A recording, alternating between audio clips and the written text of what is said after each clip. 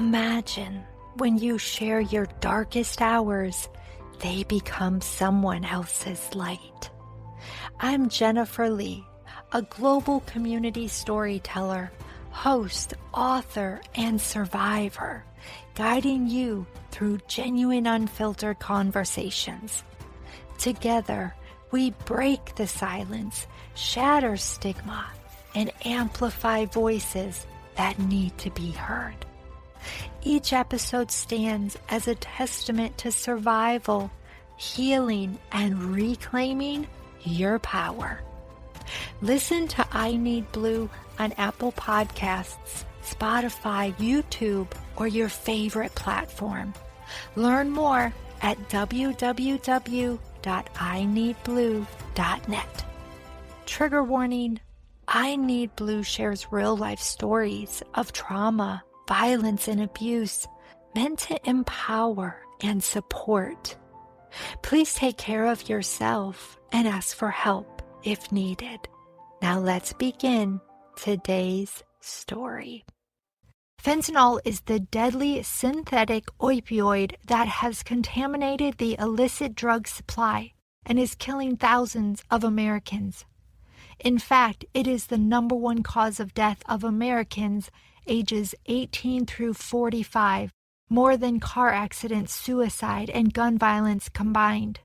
In the wake of her tragedy, Suzy started a nonprofit, the Blue Plaid Society, named after her son's iconic style of wearing blue plaid shirts. The Blue Plaid Society exists to warn and educate the public about this deadly drug. Suzy, welcome, and thank you for being my guest. Yes, hi. Thank you so much for having me. Absolutely, it's my pleasure. I wanted to start off today's conversation reading to you a headline that I saw on the news. It was this: Washington man arrested after 91,000 fentanyl pills discovered hidden inside a chip container. And when I say chips, I mean like potato chips. This individual was linked to a transnational criminal organization. Suzy, let me ask you, how did you first learn about fentanyl? Yeah, I first learned about fentanyl 30 minutes after I found my son dead in his room. I came into his room that morning to wake him up for work, as I always did, and I found him passed out on the floor, kind of in like even a downward dog yoga position. I thought that was so strange. I thought, he must have fell out of his chair that way, but I turned him over and I realized immediately he wasn't breathing and he was purple on his face and his hands. And so I ran across the house and grabbed my phone. On the way back, I flicked on all the lights, flew the front doors open, called 911, began CPR right away, tried to revive him, but what I didn't know was, he had already been passed for a couple hours at that point. When the emergency team arrived and, pronounced him dead, there was officers at my house and an investigator had arrived at my house pretty quickly. And she explained to me that, your son probably had a bad batch. And I said, a bad batch of what? What do you mean? She explained fentanyl and how deadly it was, and that probably the drugs that he had used or ingested contained fentanyl. It suppresses the breathing, which causes the person to die very, very quickly. And so that is the first time that I learned about it. And I was shocked. Did you ever find out perhaps what pill he had been taking or thought that he was taking? Oh, yes. There was a lot of evidence as to how it all unfolded. In the summer of 2021, my son was really struggling. He had gone through a bad breakup with a young lady. He had been assaulted by two men that beat him, and he took about 20 blows to the head. As a result of dating this young lady, there was some bad stuff that went down, and he was jumped and he received a brain injury from that beating. So he was really struggling with that. And then he had slurred speech, loss of balance, outbursts, everything associated with a traumatic brain injury. And then he turned 26 and he fell off of his dad's health insurance. And, I thought I could get him a policy. I just call up and get a policy, and it doesn't work that way. You negotiate a policy and then they turn it on like a month later. So, my kid was walking around with a brain injury and no access to medical care or the neurologist that he needed to see. And then he lost his grandmother, and he was really in a spiral. And so he was using Xanax that he was getting from a friend, and he got arrested for having 2 Xanax in his pocket that were not prescribed to him. And he was just in a free fall. He went to recovery. Because he recognized he was in this free fall, and he was using alcohol and recreationally using drugs to combat all the symptoms that he was having and the depression and the anxiety he was having. When he got out of recovery, he was good for about a week. Then he slowly started returning back to the people that he had been hanging out with. All were recreational users. For some reason, that those drugs he was using wasn't doing it for him, and he went to try heroin. He had tried heroin when he was 20 for a few weeks, but I caught him at it, and we intervened pretty quickly, and he, on his own, decided to stop using that, and that was a bad idea. But for some reason, after his time in recovery here, he went back and tried to use heroin again, and what he was being sold, or what he was sold, was not heroin. It was a mix of cocaine, meth, and fentanyl. And when he injected it, I think it was about the second or third time, from what I could tell from the text messages and the instant messages he had with people. It was either the second or third time he did it, but it was lethal. It contained enough fentanyl in it to kill 12 people. And so he succumbed to it very quickly. Wow. So as a mom myself, I guess I'll just ask this question. Did you feel helpless? Well, I did feel helpless when I was trying to help him through that summer. So many things had happened. I mean, even more than I told you. And then with respect to the time we have today, I just tried to summarize it. But I did feel helpless at that time. When he went to recovery, I felt relieved. I thought, okay, at least the spiral will stop and he'll get out and he'll have a reset and he'll be able to start over. What I didn't know, though, is that, I knew when he got out of recovery that he would probably relapse and go back to, alcohol and recreational using, and that this would be a pattern through his life. I knew that, this was going to be a pattern of, getting better and relapsing, getting better and relapsing. How long was he in recovery? Only 28 days. Okay. Mm-hmm. Only 28 days. He could have stayed longer, but he was bored and he was ready to come home. And I fought it. I mean, I cried. I was like, no, don't, just stay there, please. He's like, Mom, I've learned everything I'm going to learn here. I gotta get out and try it on my own. So I went and picked him up. But, with fentanyl, that's the paradigm that I want to just kind of let everybody know. You don't have time to keep bringing your child or your loved one back to rehab. And, there's only a 2% chance it's going to work. So you kind of know it's going to be this lifelong struggle. And sometimes they're going to do great, and sometimes they're going to fall off the wagon. But with fentanyl, you don't get to do that. Like I said, my son didn't have time to become a drug addict. He didn't have time to become a heroin addict. After the second or third shot, he was dead. He didn't have time to, go back to recovery and try it all again. It cuts your life short, just like that. Absolutely. Oh, so how would you describe fentanyl? Well, after my son died, I've done a lot of research on it. So illicit fentanyl is a highly powerful opioid, synthetic opioid. How it's made is China sells the precursors of this drug to Mexico, and the Mexican cartels and criminal organizations mix these precursors together in jungles and dirty labs and cattle ranches and they put it into other drugs like heroin, cocaine, meth, or they press it into pills made to look like prescription medication. All of this is coming free flowing over the border. The border agents, they try to catch everything they can, but really they're only catching about 10%. And that is why you see busts like you were talking about, where people have thousands of pills, millions of pills. They're small. It's a very tiny pill. Absolutely. It only takes 2 milligrams to kill you, and 2 milligrams of fentanyl is equivalent to about 4 or 5 grains of salt, and that is lethal. That is crazy. Yeah, yeah, it really is. So, Suzy, drug dealers exist because they have clients, right? But if they kill their clients, there's no one to buy the drugs. So, why would drug dealers want to kill them? So I get this question a lot because it's obvious, right? Like, why would you want to kill off your clientele? You're gonna not have people to buy your stuff. Here's the thing. First of all, there's no such thing as an ethical drug dealer. The illicit drug market has expanded in recent years due to the prescription opioid epidemic from the late 90s and 2000s.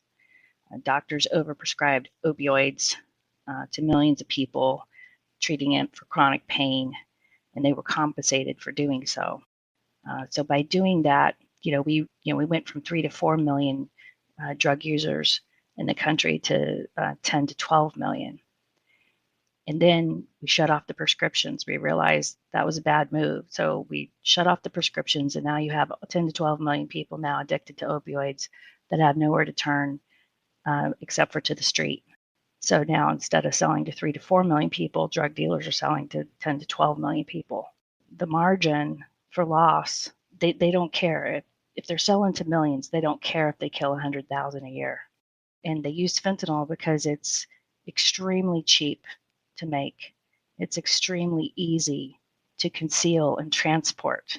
They don't have to rely on the agricultural base to grow poppy and coca for heroin or cocaine. They could just make this stuff easy in a dirty little lab and put thousands and millions of pills, packed and hidden in containers. And one small brick of fentanyl is equal to 100 bricks of heroin. It's a perfect business model for them. And they do not care that they are killing 100,000 Americans a year. They don't care. What has surprised me is sometimes I hear stories and like the child has gotten it off some online forum where they're targeting people, children specifically. That is exactly right. Drug dealers will target youth, teenagers, young adults. They do so by using certain emojis. They know that these platforms, you can reach out to children and then the communication vanishes. And it is really as simple as ordering a pizza. Children and young adults do this because they're very savvy with social media, and it's just easy for them to do. One thing I noticed, Suzy, and it is something that you are passionate about, is you use the term poisoning when talking about these deaths. Can you explain to our audience the difference between poisoning and overdose? Yes, thank you for asking me that question because this is something I'm really passionate about. In the traditional drug overdose, the person knows what drug they are getting. Whether it be a prescription drug or illicit drug, they understand the drug that they're getting and they're actually getting that drug. They actually know what a dosage is and they consume too much, whether knowingly or unknowingly, they consume too much and they succumb to it. That is not what's happening with illicit fentanyl. Illicit fentanyl is being deceptively hidden into other drugs, cocaine, meth, and heroin, and it's being pressed into pills made to look like prescription medication. This medication is not Percocet, Adderall, Xanax. It is a counterfeit pill that contains nothing but an expedient and fentanyl. By way of deception, that is why we call it a poisoning.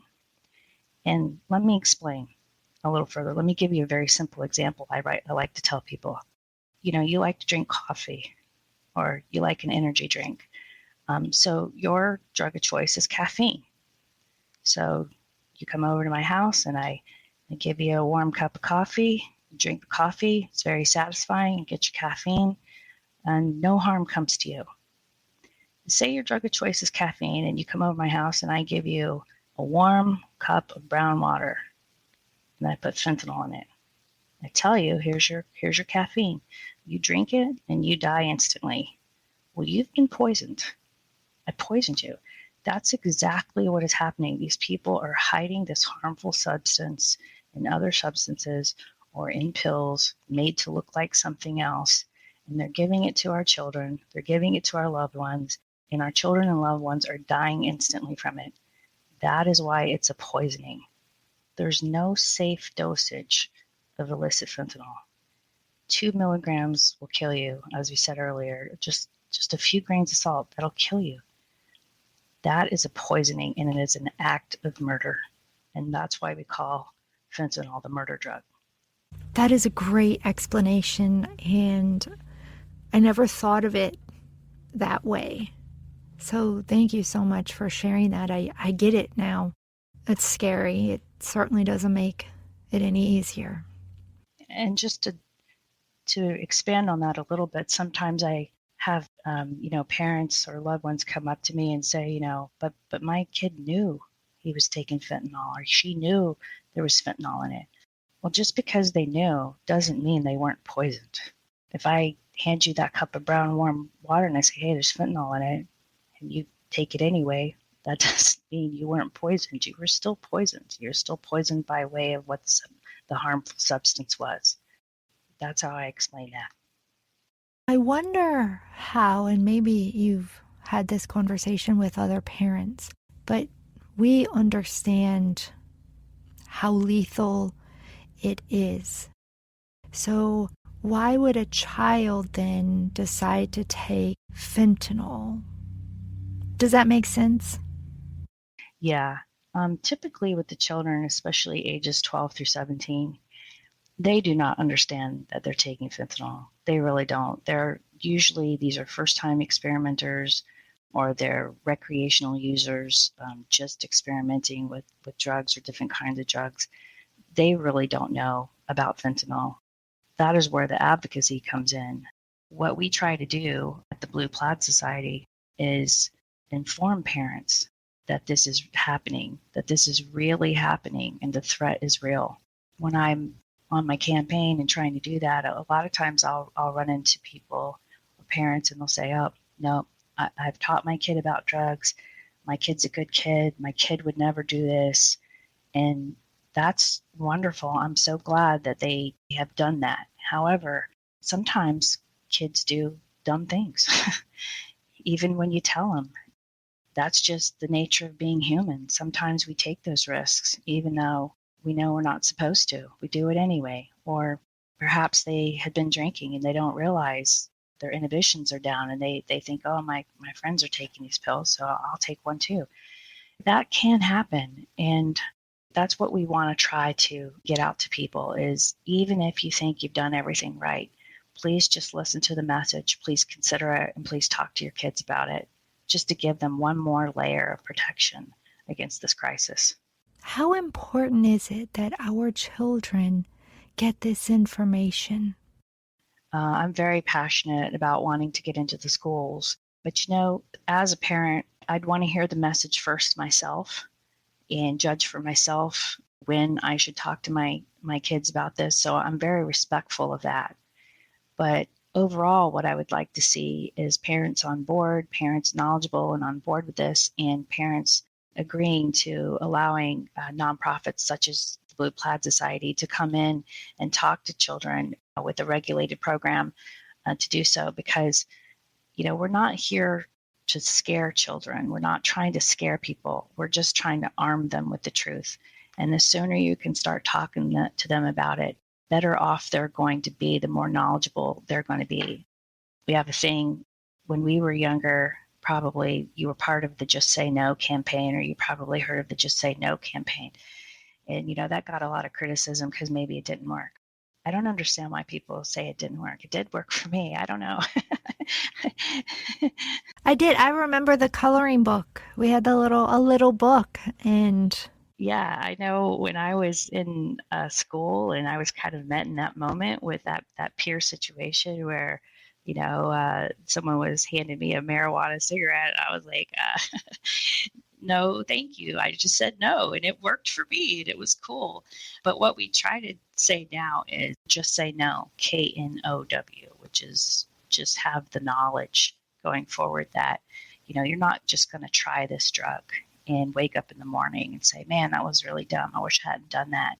If you try a drug these days, any drug, including marijuana, because fentanyl is being found in marijuana now, you have a 50% chance of dying. And it's not about just waking up and going, oh man, I wish I hadn't done that. It's about not waking up at all. And that is what we really want to try to impress upon people. But yeah, we would love to get into the schools and deliver that message.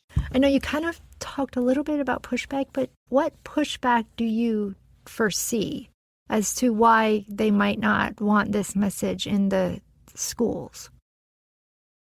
In my advocacy groups, as nonprofits, we do talk amongst ourselves and we do share resources and things like that.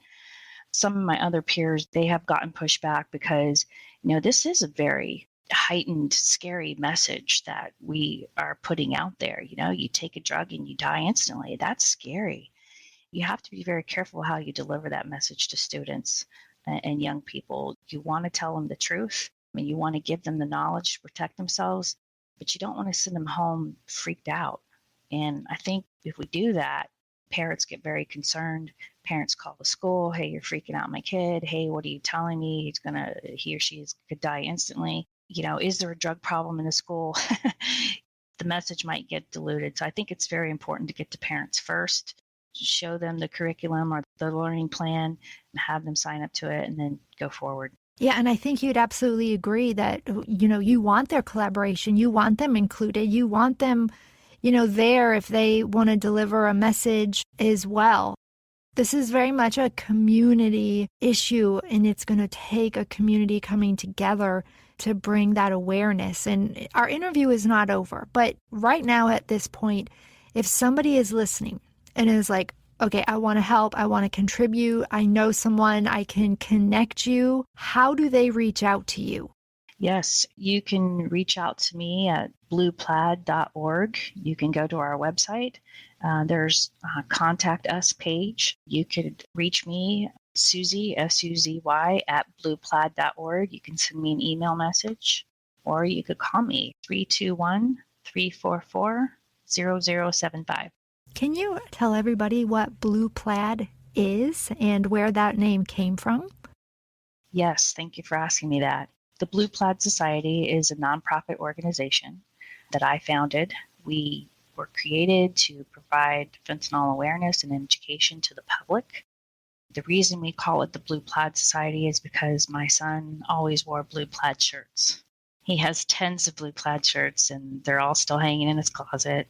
I still wear them. I wear them every once in a while when I want to be a little closer to him. But, our logo is a skull and crossbones because we fully believe in the poisoning message. And that skull and crossbones is a blue plaid. That's a nod to Tristan for his iconic style of wearing blue plaid shirts. Yeah. I know that we want to talk about your mission in the fentanyl poisoning and give honor and remembrance to your son. But I don't want to forget about you. I don't want to forget about you as the mom, as the parent, and your family. So can you take me back to the moment that you found your son? What was going through your head? Because there are so many parents, and I'm sure throughout your advocacy group, you've met other parents who have experienced that same exact moment. Are you okay with sharing that with us? Oh, yeah, absolutely. Yeah, sure. Yeah, I can take you back to the moment. I was telling you a little bit when I turned my son over and realized there was an emergency happening. I spent 12 minutes giving him CPR, trying not to give up. There was a time when he was younger, when he was 16, and he was laid out on the front lawn, and paramedics were giving him CPR for a different reason, and they brought him back. So I had that in my mind, that I could save him. And then once the emergency teams arrived and they pulled me off of him, and I just sat in the kitchen, it just was hopeful. They were only there for 3 minutes. They were only in the room for 3 minutes when they called it, and they came out and told me. And, I will never forget it, that officer coming out into the kitchen and very, emphatically, softly as he could, he said, I'm sorry, man, but your son has passed. Those were his exact words. And I tell you, when you hear that in that moment, it's so final. It's shocking, but you feel like you've just hit a brick wall, and the anguish that you go into with thinking, how am I going to accept this? How am I going to live without him? Tristan was my only child, and he was my best friend, and it was he and I living in this house together. We live in a house that he chose. He loved this house, and he chose it, and that's why I bought it. And it's the most challenging thing in the world is to keep on going and keep on living with something that you cannot change. And the loss of your child is probably one of the most painful things you can ever go through. Mm-hmm. Because it doesn't make sense. It doesn't follow the laws of life. So you were alone then when you found your son. Yeah, absolutely. It was me, and right after, when I had learned that he was gone, I took a few minutes, and I told the officer, I said, I feel like I've got to fall to my knees. And she was like, that's okay. Go ahead. Do it if you have to. And I did. I just fell to my knees, and the wind just was knocked out of me for several minutes. And I don't even know how or kind of remember the call that much, but I called my dad. He's my stepdad, but he's my dad. And I told him, and he was same thing. Then wind knocked out of him, but he came over. Then I called one of my best friends, and she came over. Yeah, the hardest thing for me for the months following was really just dealing with that brick wall that I could not change this, and I could not bring him back. And I had to figure out a way to keep living. How am I going to go on? He was everything to me. He was my only child. He was my best friend. He was my heir. Who was I going to leave? Everything that I had worked for my whole life. It was my intention to bestow that upon him. And now I didn't even have that. So what was the purpose for going on? And the purpose was the Blue Plaid Society. I found a way to channel my pain into something else and to try to help other people from not going through this same experience. And how much time had gone by before you realized, wait, this is my mission? It was 3 months. I honestly have a story about the day that I made up my mind to do it. For 3 months, I was in a really, really dark place. There were a couple of nights where I just lost my mind, so to say. A couple of nights I was just in so much pain. I would go in his room, and I would lay down in the exact spot that I found him, dead. And I would just cry and sob and just wish him to come back. Please come back. Please don't leave me. I was having a lot of suicidal ideations. And there was one time, I was taking a shower, and I was like, you know what, this is it. I'm going to do it. I can't live this way. This is just too painful. I was taking a shower, and my blind was up in the shower, and the sun was streaming in, and I was getting out of the shower. I said, that's it. I'm going to go buy a gun, and I'm going to do it. I don't care. I'm not afraid to do it anymore. I was drying off, and then it started to rain, and I noticed that the sun was out, and I was like, oh, we're having a sun shower. So I went to the window, and I looked out, and I was just finished drying off, and there wasn't any clouds in the sky. And I thought, oh, that's interesting. This is, true sun shower. So I just was curious. So I went outside the front door, and there were no clouds, but there was still a gentle rain coming down. I was like, wow, this is crazy. Where's this precipitation coming from?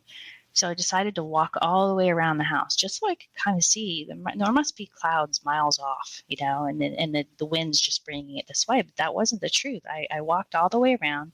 There were no clouds in the sky, and I literally was finally standing in my front lawn looking down, and it was raining on me.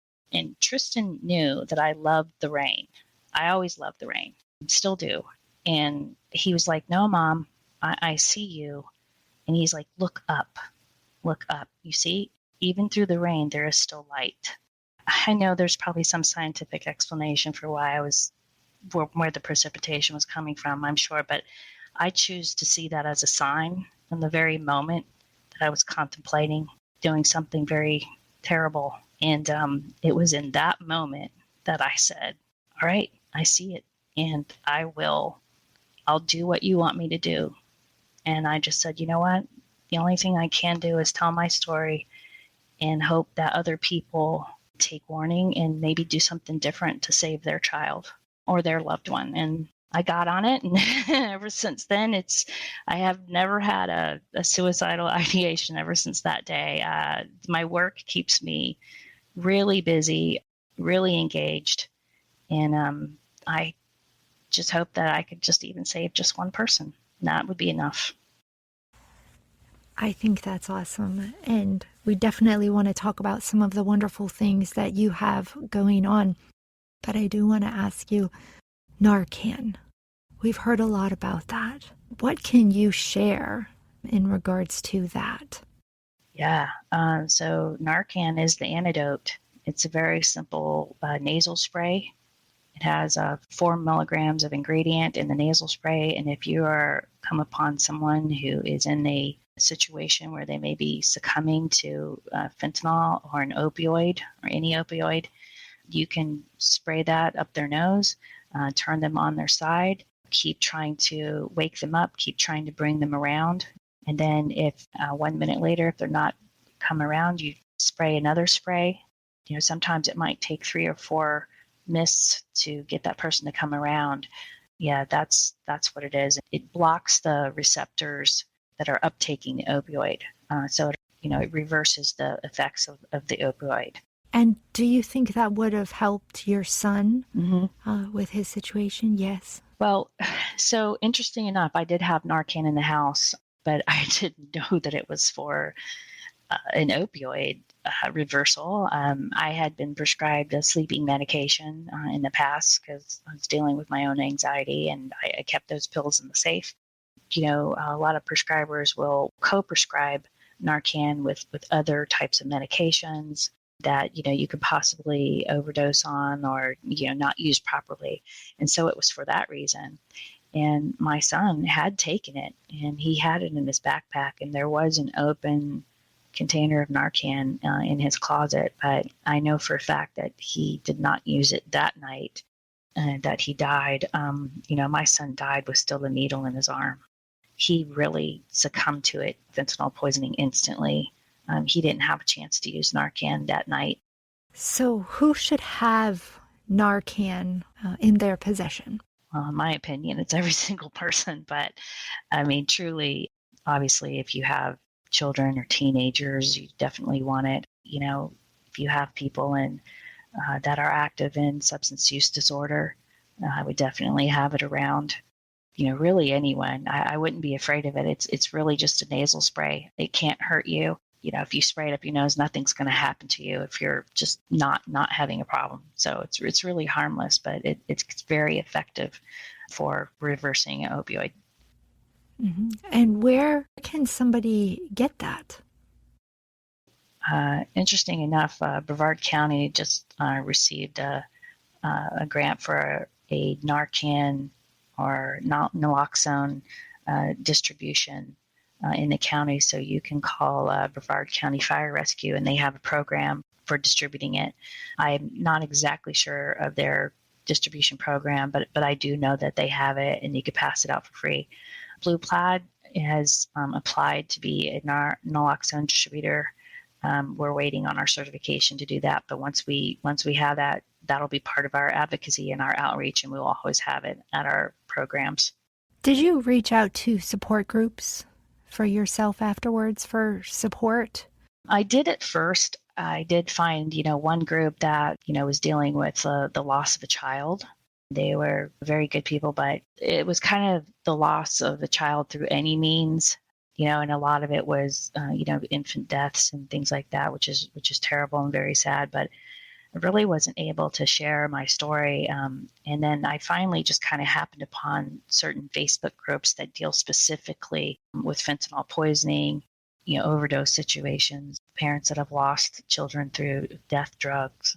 And that's where I found my people because, you kind of similar stories, you've gone through similar experiences. Many of these parents found their children the same way I did. And so through that shared experience, I was really able to heal. I tell you, I also sought my own help. I have a PTSD therapist that I see. She's amazing. I'm not afraid to say it. I think through transparency, that's how you help people. And yeah, I still am getting treatment for that. That really helps me to stay on track. Are you comfortable sharing some of the PTSD symptoms? So at first it was really just the anguish. I couldn't shake the anguish, and that's very normal. And a lot of parents that I talk to, even several years after, their loved one has passed, they still are dealing with the anguish. And that's a hard thing. It's very hard to even talk about your child or mention your child without tearing up or, succumbing to crying. And so a lot of people are still in that, and it's certainly very understandable. I thought I was getting pretty good at that, but the other day someone mentioned to me, are you still going to take that trip that you had planned? And then I choked up and cried because that was a trip that I had planned with my son. We were going to go to Denmark because he was Danish, so we were going to go to Denmark and see where he was in his home country, and Norway and Sweden, and we were supposed to see a Queen concert. So but COVID struck and we never got to, but I always thought we would get back to it. But somebody asked me that and I got choked up and I cried. I was like, wow, it's still there. So the other thing that I have with PTSD is it's very hard to be around normal people that kind of haven't been affected by this or haven't really lost a child or haven't gone through that specific type of trauma. I tried to go back to work. And, everybody is around the water cooler talking about the basketball game or, that. And you're just in a different plane. I certainly don't want anyone to have to go through this, but you do see the world through a completely different lens. And kind of those little things, those little chit-chatty things, you can't take part in that because if someone doesn't understand you or where you're coming from, it's very hard to kind of just take part in those kind of benign conversations that do lend themselves to having good relationships at work. So for now, I'm just continuing to work from home. I'm very fortunate that my company is understanding and allows me to do that for now. It's very triggering to just try to, feel normal when you really don't, and trying to get through your work day and walk around work and try to feel normal. It's very hard to do that. You have a new normal now. Yeah, absolutely.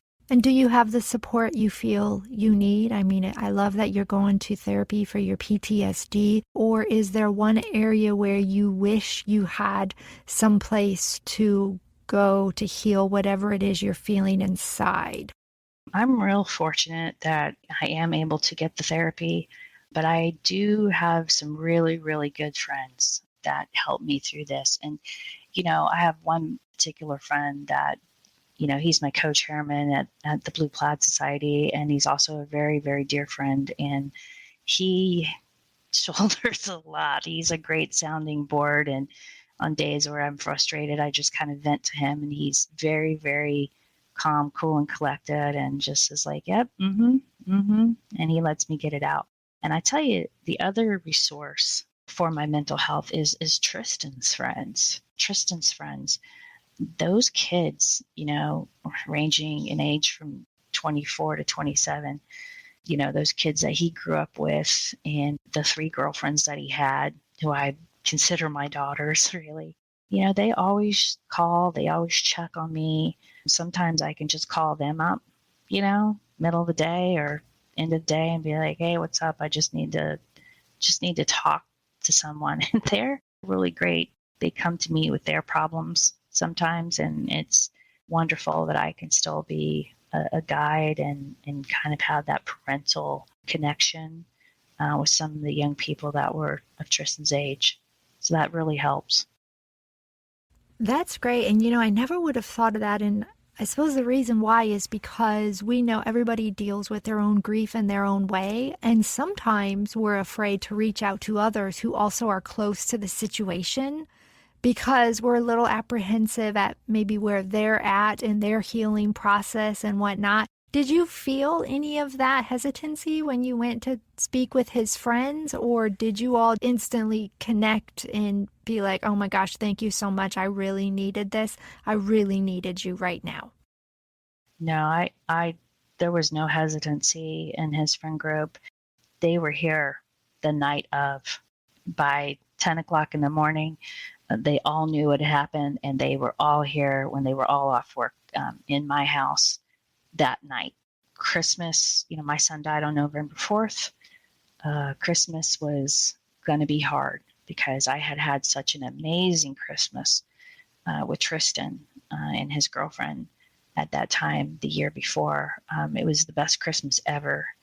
So I was just going to kind of cancel Christmas for myself. But the kids were like, nope. And they came over and they brought their kids, and the tree was up and the snacks were out. And it was overwhelming, actually. I passed out on the couch, like overwhelmed with emotion, actually. They let me sleep for about 45 minutes, and then they woke me up and said, okay, time to wake up. Yeah, it's amazing how as humans we have the ability to really make other people happy, feel supported and loved in their greatest time of need. Absolutely. And I love that you had that available to you and still do. Absolutely. What is the message that you want to get out? It's really simple. I just want people to know that fentanyl exists. It changes everything. We're not dealing with the same drug paradigm of 10 years ago, even 10 years ago. This is a new game, and it's very, very dangerous, and no one is immune to it. This affects all walks of life. It doesn't discriminate whatsoever. All kinds of kids and young adults and older people are succumbing to this too. But my message is really just know that it exists, and please know it's extremely dangerous, and please don't do any drugs at all. Please don't take anything that's not specifically prescribed to you. I think that's where we're at with it, what you just said about not taking pills at all, because you no longer know. It's so scary. Part of the mission of my podcast is to share resources. I know you live in Brevard County, Florida. If you have any particular resources here or groups that you would like to mention, now is definitely the time. And also, you have an event coming up. I definitely want you to share all of the details on that, because we would love to see all of our community. We would love to see all of our surrounding communities come and soak up all of the great information that you are going to provide. Absolutely. So one resource I'd like to call out is the Brevard Prevention Coalition. They are about drug-free living. They're about addiction and recovery. I'm pointing to the coalition because there are a lot of people and a lot of organizations in the community of Brevard County that feed into this coalition. So if you want more knowledge or where you might be able to go, I would strongly reach out to them, because they can help point you in the right direction depending on what your need is. I would also like to talk about our event coming up August 21st. So August 21st is National Fentanyl Prevention and Awareness Day.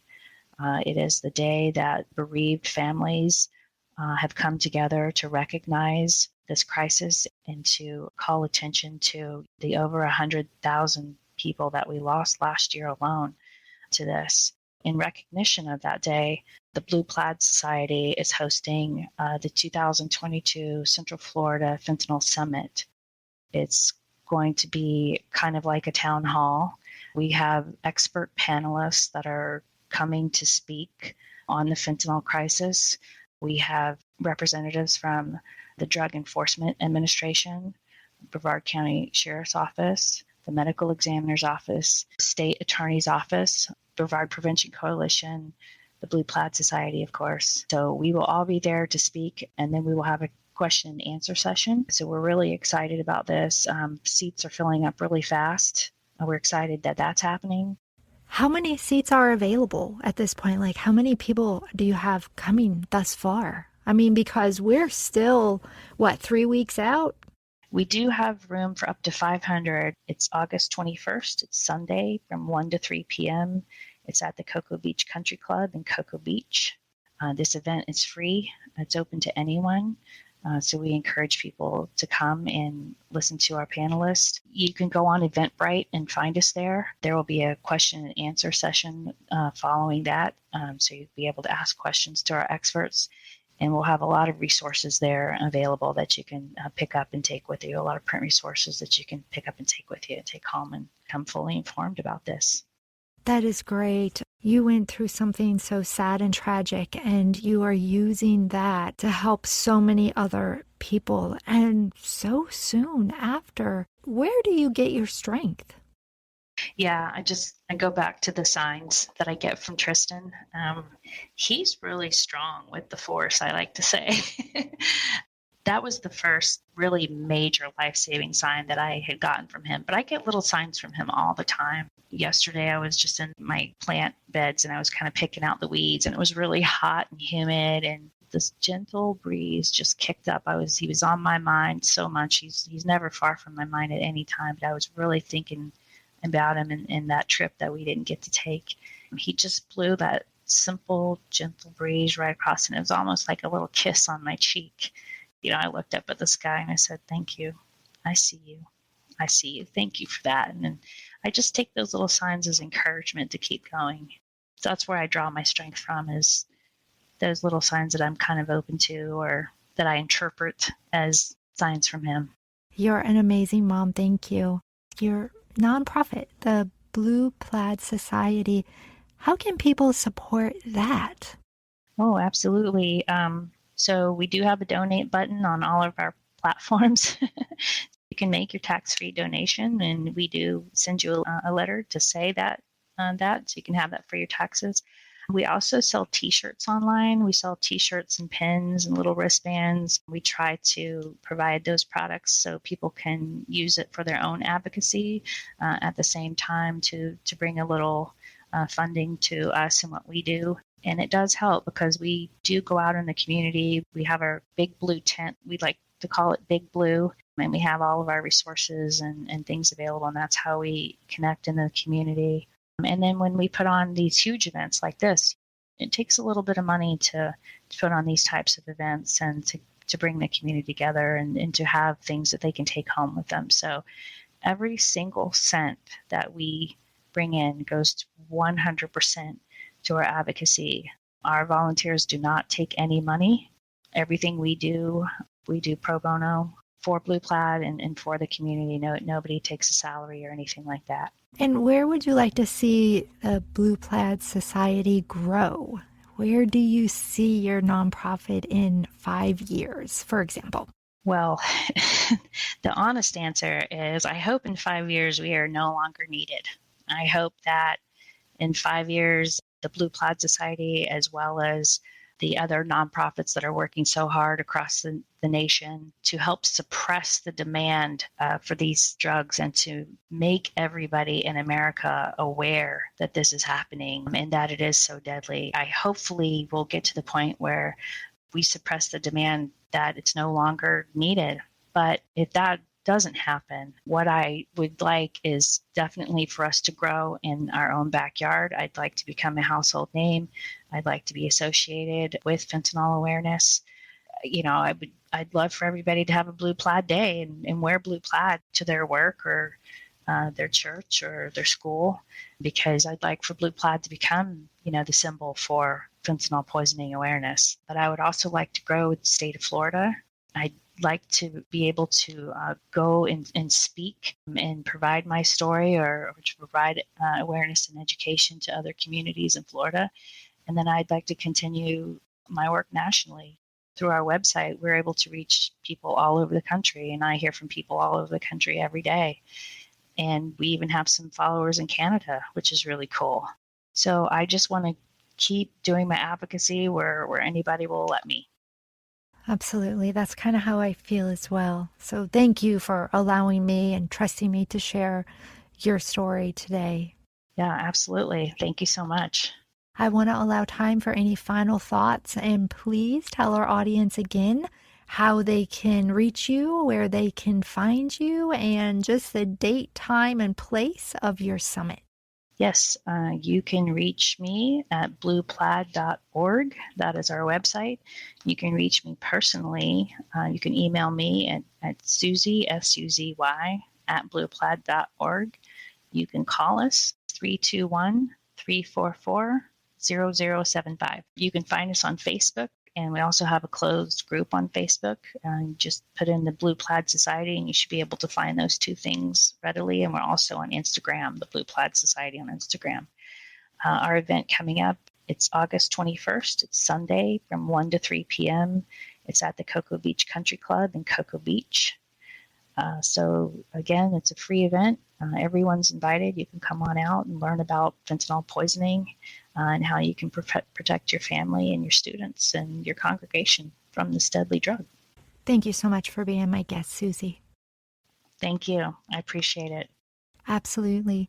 This is Jen Lee, creator and host of I Need Blue podcast. To hear additional stories, visit www.ineedblue.net. And remember, you are stronger than you think.